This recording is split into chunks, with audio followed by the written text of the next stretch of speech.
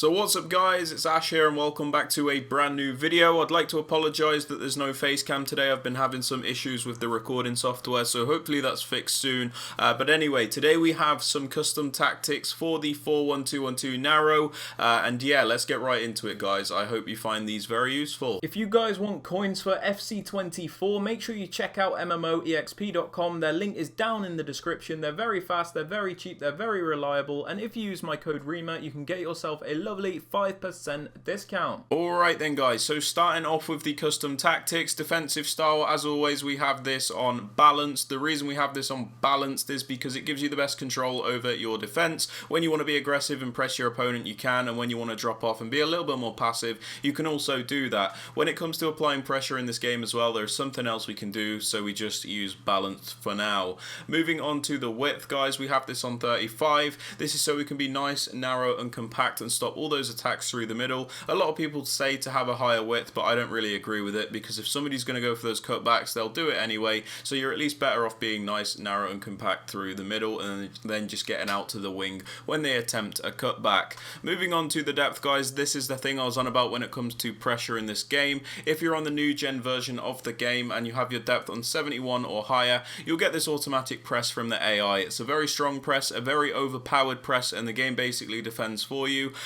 Yeah, there is pretty much no downside to using this at the moment, because there's not even a stamina drain that you get. So if you're on the new gen version of the game, 71 depth is the way to go, but if you're on the old gen version, 55 to 60 is also fine, because you can't use this 71 depth mechanic that we've been talking about. Now moving on to the build-up play guys, we have this on balanced. This is because it's the most consistent and the most varied form of build-up. When you have this on balance, you can pick and choose when and where you use each form of build-up. So if you want to play slowly you can, and then if you want to speed it up and play a bit faster you can also do that. So balanced is really nice and varied, which is why I like it so much.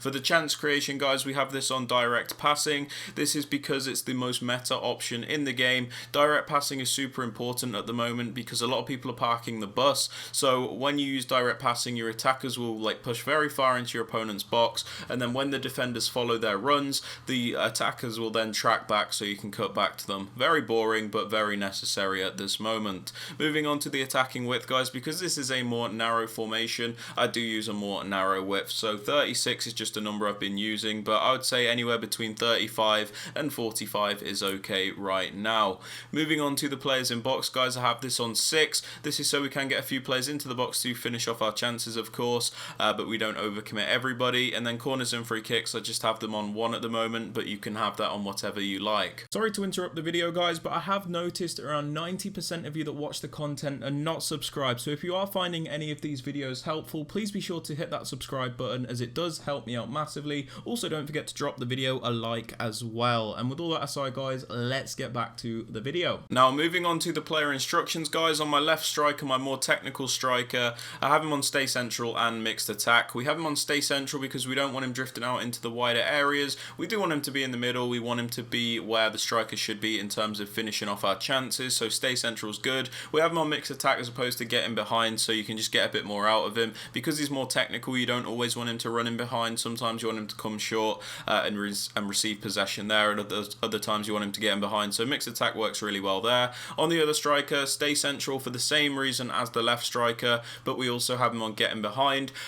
Basically on your more lengthy out and out striker, if you can say that, getting behind is really useful because their sole purpose is to get in behind that defensive line and finish off your chances for you. So your more technical striker, mixed attack, and then your more out and out striker, get in behind, in my opinion. Moving on to the cam guys, we have him on comeback on defense and get into the box across. Comeback on defense is very important at the moment because if you look at the 4-1-2-1-2 shape as it is, it's very narrow, which leaves a lot of space down the wings for your opponent to attack. So by putting this cam on comeback on defense, he'll come back to defend as a left mid in the 4-4-2 shape, which is really useful as you can defend both the narrow areas and the wide areas really well. We also have this player on get into the box across, so he's not hesitant to get into the penalty area to help us out. For the left centre mid guys, my more box to box style centre mid, I have him on the default settings and then cover centre. Default settings because obviously he is box to box, so we don't just want to restrict him to certain things, we kind of just let him do a bit of everything. everything. Cover centre is important though, as he will defend those central areas.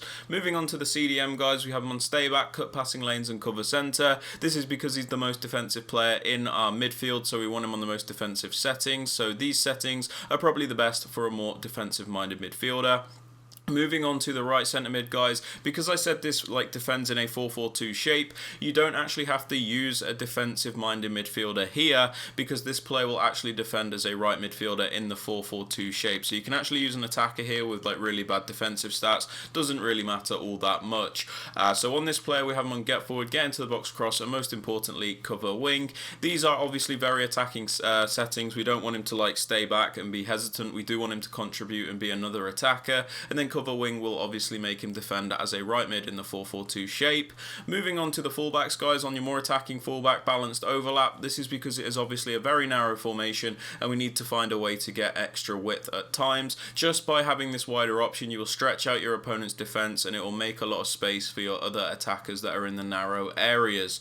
On your more defensive minded fullback, stay back and overlap. This is so you always have at least 3 defenders back at a time, but when you send him on a run forward he'll make the overlapping runs. As for the 2 centre backs guys and the goalkeeper, I just leave them alone. But yeah, they are my tactics and instructions for the 4-1-2-1-2 narrow. If you have enjoyed or found it useful, please be sure to drop it a like, sub to the channel if you are new, and don't forget to turn on notifications. And with all that aside guys, I hope you have a great rest of your day, and I will catch you all in the next video. Peace out guys.